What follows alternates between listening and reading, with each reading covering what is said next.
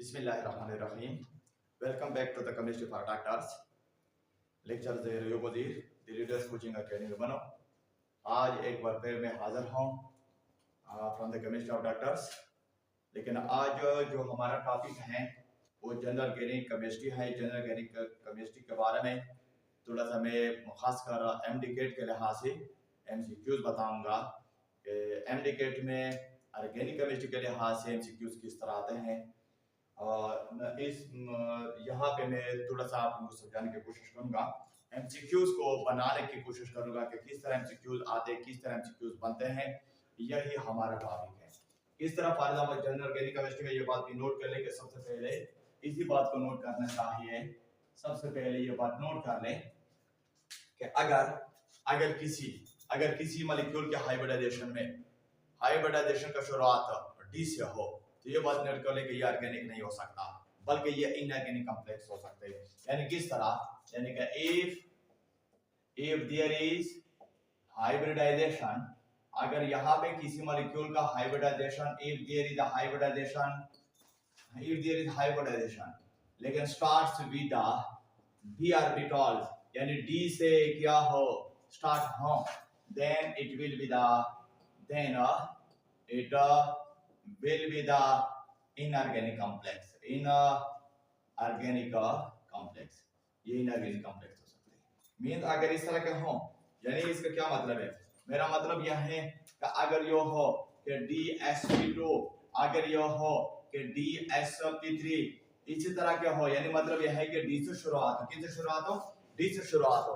It mean कि ये जो मॉलिक्यूल होंगे, जो कंपाउंड होंगे, जो कॉम्प्लेक्स होंगे, वो इनऑर्गेनिक कॉम्प्लेक्स हो सकते हैं, लेकिन ऑर्गेनिक कंपाउंड ये नहीं हो सकते। एक बात तो ये नोट कर।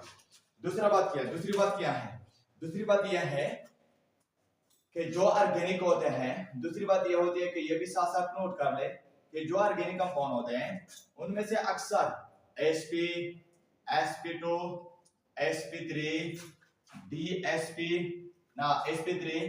sp3, d, इसी तरह sp3, d2, इसी तरह sp3, d3, इस किस्म का हाइब्रिडाइजेशन आते हैं। यानी जो ऑर्गेनिक होते हैं, ऑर्गेनिक मॉलिक्यूल में इसी तरह का हाइब्रिडाइजेशन आएंगे, जिस मॉलिक्यूल में भी इसी तरह का हाइब्रिडाइजेशन आया तो इट मींस इसका मतलब ये होता है कि दैट विल बी ऑर्गेनिक, यानी ऐसे कंपाउंड जो होंगे ये ऑर्गेनिक होंगे, ऐसे compound that will be organic. इसी को हम क्या कहते हैं, ऑर्गेनिक कंपाउंड्स कहते हैं। ऐसे कंपाउंड जो होंगे वो क्या होंगे, वो ऑर्गेनिक ही होंगे।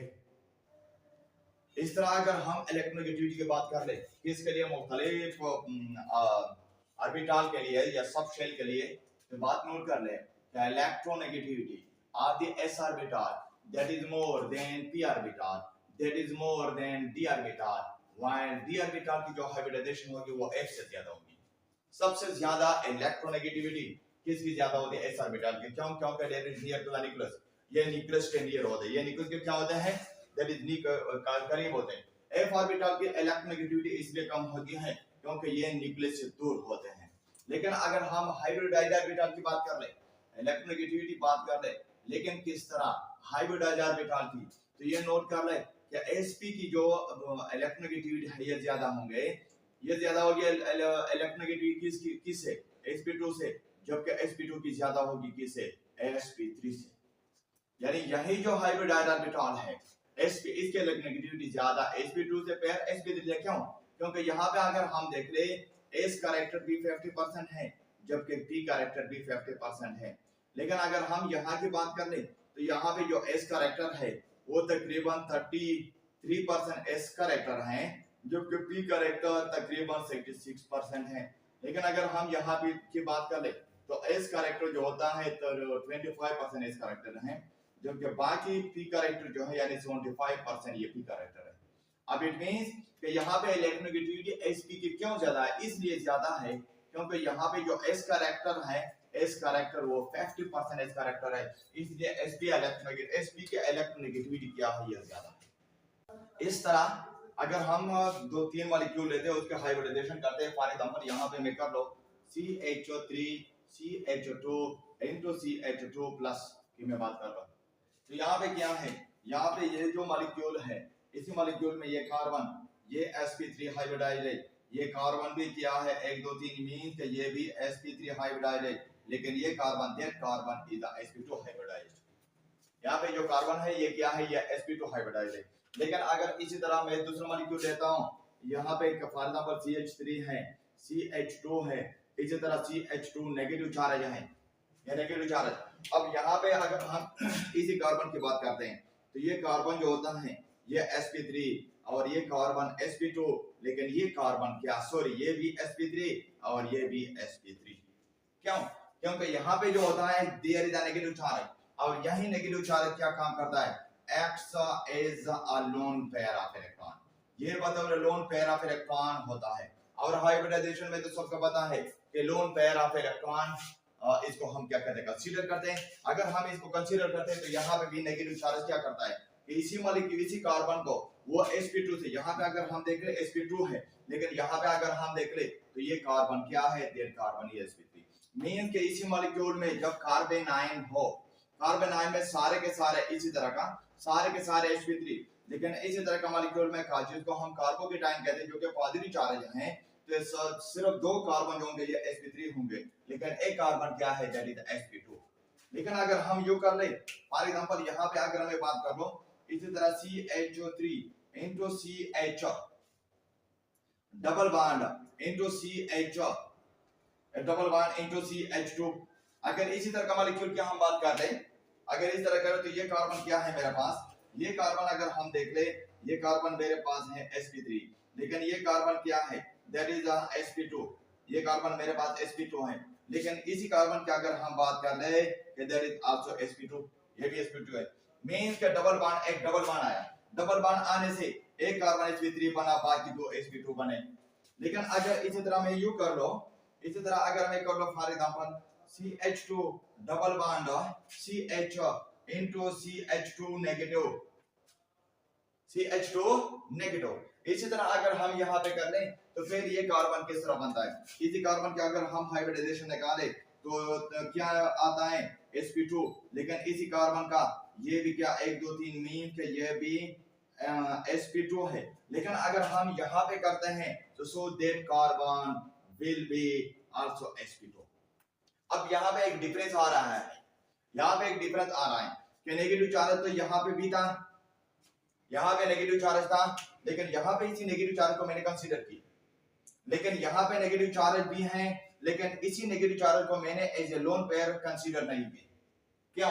क्योंकि नोट कर ले कि जो भी negative charge is in resonance हो, ये इसलिए यहाँ पे मैंने कंसीडर नहीं की कि सो ये इसलिए कि so the negative charge if the negative charge is in resonance, अगर नेगेटिव चार्ज क्या हो रेजोनेंस में हो, अगर नेगेटिव चार्ज क्या हो ये रेजोनेंस में हो, then the carbon, तो फिर वो कार्बन विद नेगेटिव चार्ज जिस पे नेगेटिव चार्ज हो, then that carbon with a negative charge will be sp2, ये sp2 रहेगा न कि sp3, ये sp2 रहेगा sp3 नहीं होगी। इसलिए यहाँ पे हम करते हैं तो यहाँ पे ठीक है नेगेटिव चार्ज है, लेकिन ये नेगेटिव चार्ज क्या है, ये रेजोनेंस में है, कहाँ पे, इसी डबल बॉन्ड के साथ, वो कहाँ किसके साथ, इसी डबल बॉन्ड के साथ। अगर इसी डबल बॉन्ड के साथ ये रेजोनेंस में है तो इसलिए इसी कार्बन को हम sp2 लिखते हैं, sp3 नहीं होता। लेकिन यहाँ पे इसी कार्बन को मैंने sp3 इसलिए लिख दी, यानी मीन के यहाँ पे नेगेटिव चार्ज मैंने इसलिए कंसीडर की क्योंकि यहाँ पे जो नेगेटिव चार्ज है that is not in resonance, ये रेजोनेंस में नहीं है।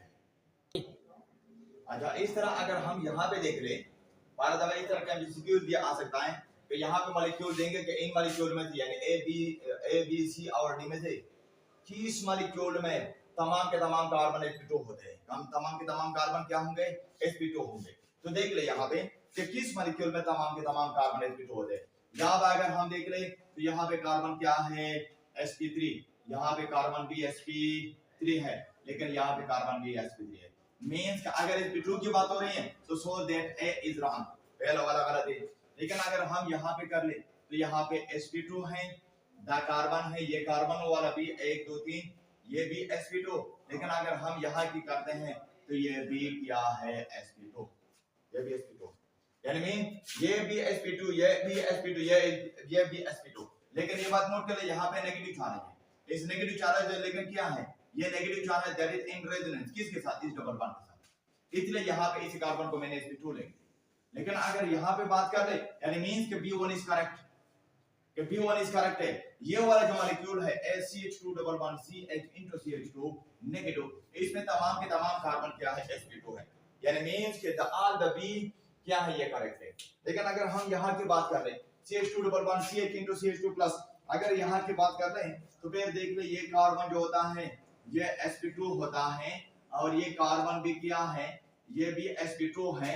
लेकिन ये कार्बन क्या है, दैट इज आल्सो sp2, ये भी sp2 है। मींस के the C1 is also correct, ये भी करेक्ट है। C1 क्या है, ये भी करेक्ट है। लेकिन अगर हम D की बात करें, D की बात कर ले तो D में क्या है, ये कार्बन sp2 है, ये कार्बन भी क्या है, दैट इज आल्सो sp2, ये कार्बन भी क्या है, ये sp3 है।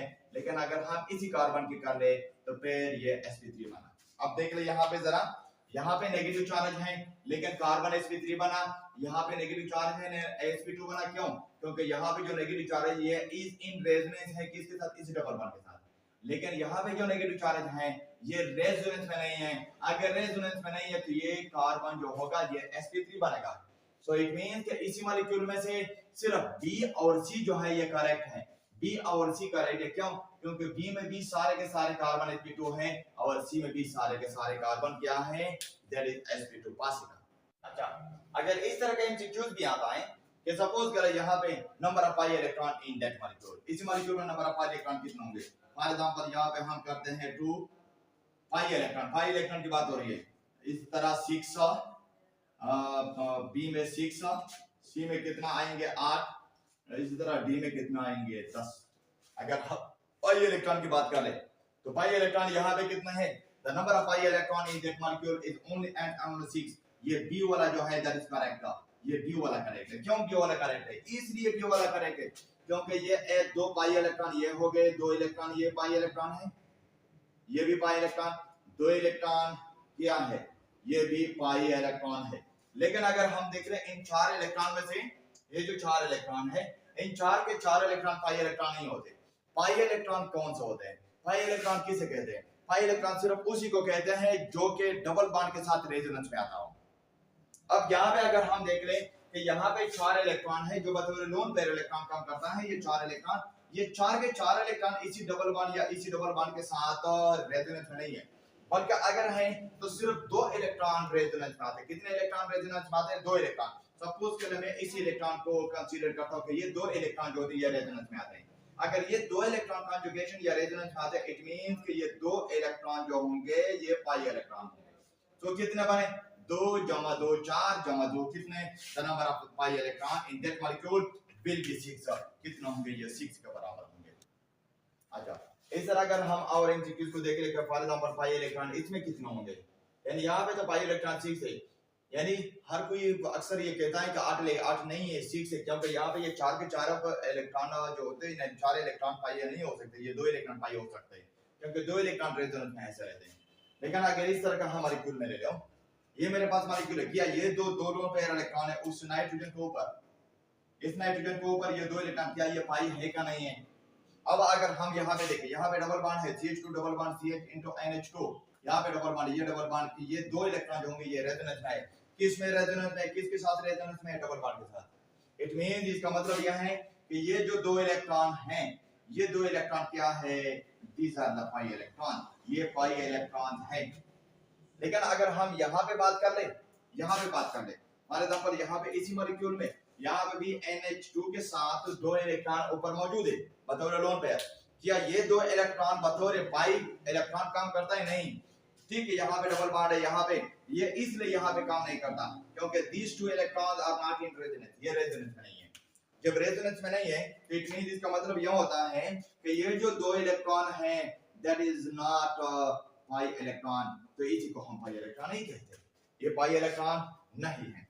लेकिन अगर हम यहाँ पे बात कर ले, यहाँ पे OH है, OH के साथ कितने लोन पेयर इलेक्ट्रॉन है, मीन कि यहाँ पे 2 यानी 4 लोन पेयर इलेक्ट्रॉन है, 4 लोन इलेक्ट्रॉन है। लेकिन पेयर कितने हैं, पेयर मेरे पास 2 है, कितना इन दो में से किया, ये दो जो लोन पेयर इलेक्ट्रॉन है, ये दो लोन पेयर इलेक्ट्रॉन मतलब पाई इलेक्ट्रॉन काम करता है, yes only one, yes only one, इस तरह। लेकिन ये नोट कर कि सिर्फ फॉर एग्जांपल इसी को मैं कंसीडर करता हूं, ये दो इलेक्ट्रॉन यहां पे आ सकते हैं, जब ये दो इलेक्ट्रॉन यहां पे आएंगे तो ये डबल बॉन्ड यहां पे हो जाएगा।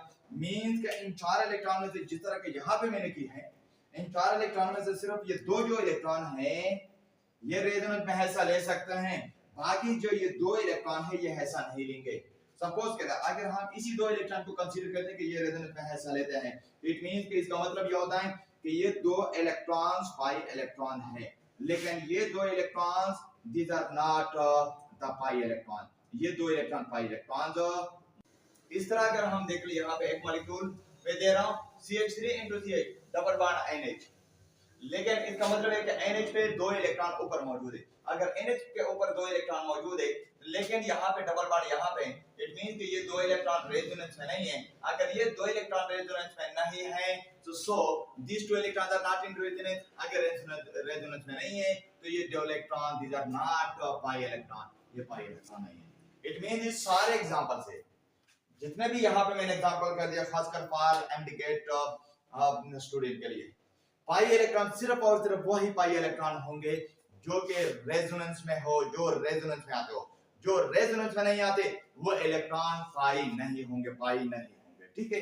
इसी को हम क्या कहते हैं, पाई इलेक्ट्रॉन, कि जो रेजोनेंस में आते वो पाई इलेक्ट्रॉन होंगे, जो रेजोनेंस में हिस्सा नहीं लेते वो पाई इलेक्ट्रॉन नहीं होंगे। अच्छा, फिर अगर यहाँ पे हम कर ले कि यहाँ पे तकरीबन यहाँ पे मैंने तीन एग्जांपल दिए हैं, अब देख लेते हैं कि कौन सा सिस्टम 6 पाई इलेक्ट्रॉन है, कौन सा सिस्टम 6 पाई इलेक्ट्रॉन, यानी किस सिस्टम में किस मॉलिक्यूल में पाई इलेक्ट्रॉन 6 मॉलिक्यूल है, यानी सॉरी 6 पाई इलेक्ट्रॉन है। अगर यहाँ पे हम देख लें दो इलेक्ट्रॉन इसी डबल बॉन्ड का होंगे, दो इलेक्ट्रॉन इसी डबल बॉन्ड का होंगे, मींस के दो इलेक्ट्रॉन इसी डबल बॉन्ड के 2 पाई इलेक्ट्रॉन्स, ये भी दो इलेक्ट्रॉन 2 पाई इलेक्ट्रॉन्स, यहाँ पे भी नेगेटिव चार्ज है, अगर नेगेटिव चार्ज तो नेगेटिव चार्ज बदलते खुद पाई इलेक्ट्रॉन काम करते हैं, दो इलेक्ट्रॉन काम करते हैं, लेकिन क्या है रेजोनेंस में यहाँ पे भी ये रेजोनेंस में हिस्सा ले सकते हैं, यहाँ पे भी इस साइड पे भी है रेजोनेंस में हिस्सा ले सकते हैं, तो इट मींस कि ये भी नेगेटिव चार्ज बदौर 2 पाई इलेक्ट्रॉन काम करेंगे। मींस कि 2 जमा 2 जमा 2 6 पाई इलेक्ट्रॉन हो गए, ये तो हो गया, ये भी 6 पाई इलेक्ट्रॉन सिस्टम है। अगर हम इसकी बात कर ले तो ये भी क्या है, ये एक डबल बॉन्ड 2 पाई इलेक्ट्रॉन, 2 पाई इलेक्ट्रॉन, ये भी डबल बॉन्ड क्या है 2 पाई इलेक्ट्रॉन्स, और साथ साथ यहाँ पे अगर हम नाइट्रोजन की बात कर ले, NH की बात करते हैं, NH के ऊपर यहाँ पे 2 इलेक्ट्रॉन मौजूद है जो बतौर लोन पेयर इलेक्ट्रॉन काम करते हैं। अब ये भी रेजोनेंस में हिस्सा ले सकते हैं, यहाँ पे भी आ सकते हैं, इस तरह यहाँ पे भी आ सकते हैं। इट मींस कि ये जो 2 इलेक्ट्रॉन हैं ये बतौर भी पाई इलेक्ट्रॉन काम करते हैं। 2 इलेक्ट्रॉन ये हो गए, 2 इलेक्ट्रॉन हो गए, 2 इलेक्ट्रॉन ये, 2 जमा 2 जमा 2 6 इलेक्ट्रॉन, मींस कि the B is also correct, B भी करेक्ट हुआ। बी में है total number of 6 electron, total number of pi electron 6, और ए में भी total number of pi electron 6। अगर हम इसी मॉलिक्यूल की बात कर ले, इसी मॉलिक्यूल की मींस का इसी तरह का मॉलिक्यूल की बात कर ले, तो फिर देख ले यहाँ पे डबल बॉन्ड नेगेटिव चार्ज, यानी double bond negative charge, double bond negative charge का मतलब क्या होता है कि ये डबल बॉन्ड भी क्या है रेजोनेंस में हिस्सा लेते हैं, तो फिर ये डबल बॉन्ड यहाँ पे आएगा। अगर यहाँ पे हम करते हैं कि यहाँ पे ये डबल बॉन्ड ये नेगेटिव चार्ज अगर ये यहाँ पे आता है तो ये डबल बॉन्ड यहाँ पे, मींस के ये भी मेरे पास 2 पाई इलेक्ट्रॉन्स हैं, ये दो ये जो नेगेटिव चार्ज हैं ये बतौर भी 2 पाई इलेक्ट्रॉन्स काम करते हैं, और ये भी क्या है 2 पाई इलेक्ट्रॉन्स काम करते हैं। मीन कि 2 electron 2 electron 2 electron, total number of electron कितना हो गए 6 हो गए।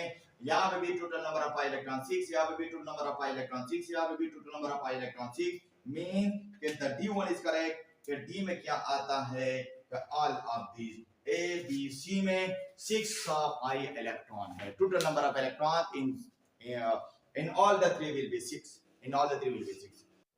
अच्छा, इस तरह भी क्वेश्चन आ सकता है कि पाई इलेक्ट्रॉन पे या लोन पेयर इलेक्ट्रॉन पे किस तरह कि which lone pair of electrons are easily available, यानी यहाँ पे दी गई है कि इन मॉलिक्यूल में से जो लोन पेयर इलेक्ट्रॉन है वो किस मॉलिक्यूल पे हमें इजीली अवेलेबल होंगे। फॉर एग्जांपल यहाँ पे CH3 into CH, CH3 into CH triple bond into N, यहाँ पे भी एक लोन पेयर इलेक्ट्रॉन है। इस तरह CH3 into CH double bond NH, यहाँ पे भी लोन पेयर इलेक्ट्रॉन है। इस तरह CH3 CH2 into NH2, यहाँ पे भी लोन पेयर इलेक्ट्रॉन है। अब सवाल ये पैदा होता है, अगर तीनों पे लोन पेयर इलेक्ट्रॉन है, नाइट्रोजन यहाँ पे भी नाइट्रोजन लोन पेयर इलेक्ट्रॉन, यहाँ पे भी नाइट्रोजन लोन पेयर इलेक्ट्रॉन, यहाँ पे भी नाइट्रोजन लोन पेयर इलेक्ट्रॉन है, लेकिन कौन सा लोन पेयर इलेक्ट्रॉन मुझे इजीली अवेलेबल होंगे? किस इलेक्ट्रॉन से मैं आसानी से फायदा ले सकता हूँ? इसका मतलब इजी अवेलेबल का मतलब है कि कौन से इलेक्ट्रॉन मुझे फायदे पे आ सकते हैं, किस इलेक्ट्रॉन से मैं ज्यादा फायदा ले सकता हूँ। तो यहाँ पे अगर हम देखते हैं, जब भी यहाँ पे हम देखते हैं तो यहाँ पे देखते हैं कि यहाँ पे जो नाइट्रोजन है, ये नाइट्रोजन क्या है, दैट इज sp हाइब्रिडाइज है। और यहाँ पे जो नाइट्रोजन है, यहाँ पे नाइट्रोजन क्या है, दैट इज sp2 हाइब्रिडाइज है। sp2 1 2 3 4 नहीं, sp3 हाइब्रिडाइज है। कौन सा है ये, दैट इज sp nh है, nh double bond into nh, ये क्या है, ये मेरे पास sp2 हाइब्रिडाइज है।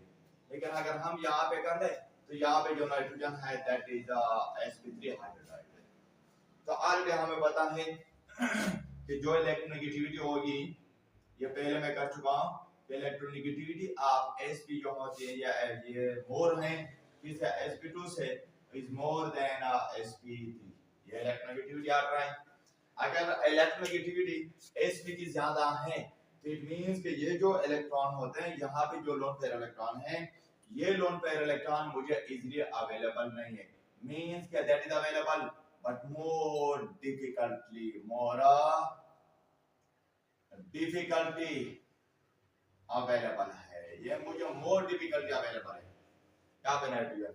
लेकिन अगर हम यहाँ पे करें sp2 है, ये भी थोड़ा सा लेस डिफिकल्टी अवेलेबल, ये भी थोड़ा सा क्या मुझे मुश्किल से अवेलेबल है। लेकिन अगर हम यहाँ से बात कर रहे हैं sp3 की, तो सबसे इजीली अवेलेबल, जिसकी सबसे एनर्जी कम है, इलेक्ट्रोनेगेटिविटी कम है, वो किसकी कम है, वो NH2 की कम है। अगर ये NH2 की कम, इट मींस कि यहाँ पे ये जो लोन पेयर इलेक्ट्रॉन है that is more and more easily available. So यही इलेक्ट्रॉन मुझे इजीली अवेलेबल, यानी मींस कि the C1 is correct. C1 जो है ये क्या है, C1 करेक्ट है, C1 करेक्ट है। जो लोन पेयर इलेक्ट्रॉन नाइट्रोजन पे है लेकिन किस में, C की सूरत में, तो ये मुझे इजीली अवेलेबल है। किस चीज पे डिपेंड हुआ, on the basis of hybridization, on the basis of hybridize orbital. इस तरह यो भी हो सकता है कि अगर मैं इसी क्वेश्चन को थोड़ा सा चेंज करता हूं, किस तरह कि which lone pairs are easily available for the attack of electrophile, यो भी हो सकता है। अगर इलेक्ट्रोफाइल के अटैक के लिए इन मॉलिक्यूल में से किस ऑक्सीजन पे या नाइट्रोजन पे, मीन के किस मॉलिक्यूल में जो लोन पेयर इलेक्ट्रॉन होते हैं वो इजीली अवेलेबल है, loan pair electron easily available है। किस तरह, यहाँ पे अगर हम देख ले, यहाँ पे 2 लोन पेयर इलेक्ट्रॉन है, यहाँ पे 1 लोन पेयर इलेक्ट्रॉन है, यहाँ पे भी मेरे पास 2 लोन पेयर इलेक्ट्रॉन है, यहाँ पे क्या है, यहाँ पे भी 1 लोन पेयर इलेक्ट्रॉन है। लेकिन कहता है कि for the attack of electrophile कौन सा इजीली अवेलेबल है। अब यही सूरत है कि जिसकी इलेक्ट्रोनेगेटिविटी क्या होगी, ज्यादा होगी, जिसकी इलेक्ट्रोनेगेटिविटी ज्यादा होगी उसकी इजीली अवेलेबिलिटी कम होगी, जिसकी इलेक्ट्रोनेगेटिविटी कम होगी उसकी इजीली अवेलेबिलिटी बड़ी आसानी से होगी। यानी किस तरह, फॉर एग्जांपल यहाँ पे हम कर दे इलेक्ट्रोनेगेटिविटी का अगर हम बात कर ले तो ऑलरेडी हमें पता है कि इलेक्ट्रोनेगेटिविटी ऑफ फ्लोरीन जो होते हैं ये ज्यादा है ऑक्सीजन की ज्यादा है देन नाइट्रोजन से। लेकिन यहाँ पे मुकाबला है किन के दरमियान, ऑक्सीजन और नाइट्रोजन के दरमियान। मींस का अगर इलेक्ट्रोनेगेटिविटी ऑक्सीजन की ज्यादा है तो सो फर्स्ट की सूरत में ये जो इलेक्ट्रॉन होते हैं ये फर्स्ट की सूरत में ये इजीली अवेलेबल मुझे नहीं है। लेकिन हाँ, अगर यहाँ पे हम देखते हैं नाइट्रोजन की बात करते हैं तो यहाँ पे मुझे इजीली अवेलेबल है, यहाँ पे क्या इजीली अवेलेबल है, क्यों, क्योंकि ये जो लोन पेयर इलेक्ट्रॉन ये इसलिए इजीली अवेलेबल है क्योंकि यहाँ पे जो हाइब्रिडाइजेशन है आल्सो देयर इज sp3। लेकिन अगर यहाँ पे ऑक्सीजन की बात करें ये भी मुझे इजीली अवेलेबल नहीं है। लेकिन अगर दूसरी तरफ हम देख ले तो फिर यहाँ पे हाइब्रिडाइजेशन क्या है, दैट इज sp2 इस ऑक्सीजन के साथ। लेकिन इलेक्ट्रॉन इसी के मुकाबले में ये इजीली अवेलेबल नहीं है। लेकिन अगर हम यहाँ पे फिर बात कर रहे हैं, यहाँ पे जो इलेक्ट्रॉन है, यहाँ पे इलेक्ट्रॉन भी मुझे इजीली अवेलेबल इसलिए नहीं है क्योंकि यहाँ पे क्या है, जो जो हाइब्रिड हाइब्रिडाइजेशन है वो sp2 है। तो यहाँ पर मैं कर चुका हूँ कि sp के इलेक्ट्रोनेगेटिविटी ज्यादा है sp2 से इलेक्ट्रोनेगेटिविटी ज्यादा है sp3 से। अगर sp3 से ज्यादा है तो इट मींस कि यहाँ पे अगर हम ऑक्सीजन का तो हो नहीं सकता, इसी ऑर्डर के जरिए, इसी ऑर्डर्स की वजह से, इसी ऑर्डर की वजह से ऑक्सीजन का तो होना ही सकता कि वो इलेक्ट्रॉन हमें इसलिए आसानी से दे, लेकिन हाँ नाइट्रोजन में हो सकता है अगर ऑक्सीजन के साथ मुकाबला कर ले। लेकिन यहाँ पे फिर भी दो किस्म के सवाल आते हैं कि एक नाइट्रोजन तो यहाँ पे, एक नाइट्रोजन तो यहाँ पे, किस नाइट्रोजन की इजला अवेलेबल है? द फर्स्ट वन यानी B1 इज करेक्ट। क्यों B इसलिए करेक्ट है क्योंकि जब भी हम नाइट्रोजन की बात करते हैं इन दो की, ऊपर वाला जो है दैट इज sp3, नीचे वाला जो है दैट इज sp2। अब अगर sp3 है तो इलेक्ट्रोनेगेटिविटी sp3 की कम है, अगर यहाँ पे sp2 तो इसकी इलेक्ट्रोनेगेटिविटी ज्यादा है। So it means that the B1 is correct for the take up the electrophile जो lone pair electron मुझे अवेलेबल है that one is the B1। कौन सा है? B1 मेरे पास क्या there is more। लेकिन आसानी से एक ट्रिक्स मैं बता रहा हूँ, ये बात नोट कर ले, एक ट्रिक्स में बताऊंगा कि कौन से इलेक्ट्रॉन मुझे इजीली अवेलेबल होंगे, कौन से लोन पेयर इलेक्ट्रॉन मुझे इजीली अवेलेबल, एक ट्रिक से बता रहा हूँ। ये बात नोट कर ले कि जितने भी मल्टीपल बॉन्ड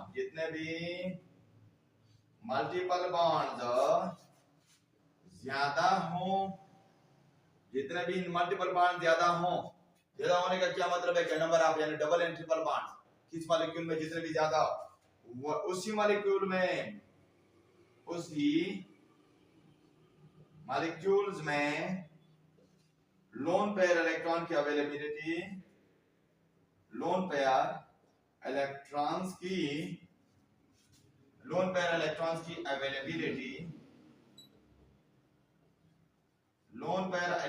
अवेलेबिलिटी आसानी से नहीं होगी।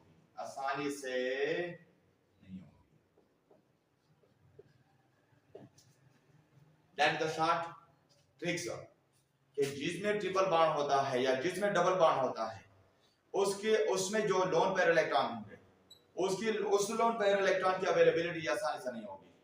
जितना नंबर ऑफ डबल बॉन्ड ज्यादा होंगे, जितना नंबर ऑफ मल्टीपल बॉन्ड ज्यादा होंगे यानी डबल एंड ट्रिपल बॉन्ड ज्यादा होंगे, उतने ही availability of the lone pair electron ये मुश्किल होगी, उतने ही ज्यादा मुश्किल है ताकि वो हमें उतने ही ज्यादा मुश्किल है कि वो हमें लोन पेयर इलेक्ट्रॉन को आसानी से नहीं दे सकते।